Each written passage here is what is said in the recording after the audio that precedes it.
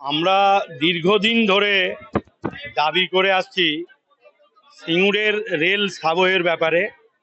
যেহেতু সিঙ্গুর রেল স্টেশনের দুপাশেই আমাদের জনবহুল বাজার, স্কুল, কলেজ, হাসপাতাল রয়েছে, এটা আমাদের অত্যন্ত প্রয়োজন। সেই প্রয়োজনীয়তা অনুভব করে তৎকালীন রেলমন্ত্রী মমতা বন্দ্যোপাধ্যায় তিনি অনুমোদন করে গিয়েছিলেন।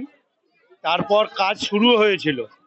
বিগত 4 বছর ধরে সাবওয়ের মালপত্র পড়ে রয়েছে, অথচ সেই সাবওয়ে করা হচ্ছে না।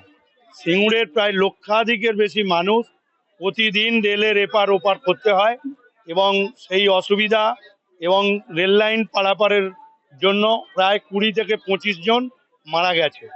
সেই জায়গায় দাঁড়িয়ে আমরা রেলকে বারে বারে নিবেদন করেছি যে আপনারা এটা কাজটাকে শুরু করুন। আপনারা যা প্রয়োজনীয় সহযোগিতা আমরা পঞ্চায়েত বা আমরা স্থানীয় স্তরে আমরা করব, কিন্তু তারা করেনি এতদিন ধরে। এবং বিগত যিনি এমপি ছিলেন তিনিও এই ব্যাপারে রেলকে গোচরে আনেননি বা চেষ্টাও করেননি।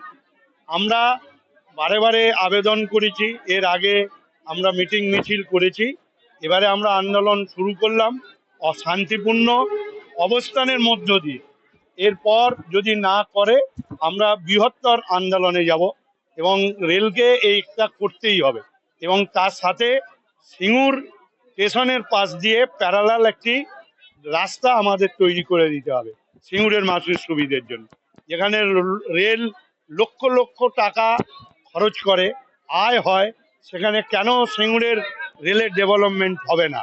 এবং সবচেয়ে বড় কথা হচ্ছে যে আমরা দেখেছি যে কলকাতা থেকে হাওড়া স্টেশন যদি গঙ্গার নিচে দিয়ে মেট্রো রেল চলতে পারে, তাহলে আমাদের সিঙ্গুরের সাবওয়ে হবে না কেন?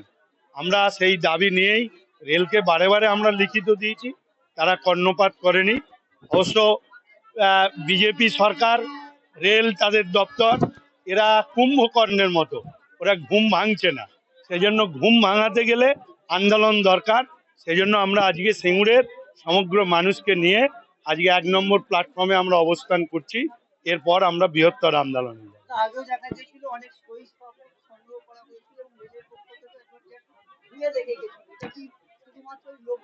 এটা আমরা যা মনে করছি এটা আমাদের লোক দেখানো করা হয়েছে।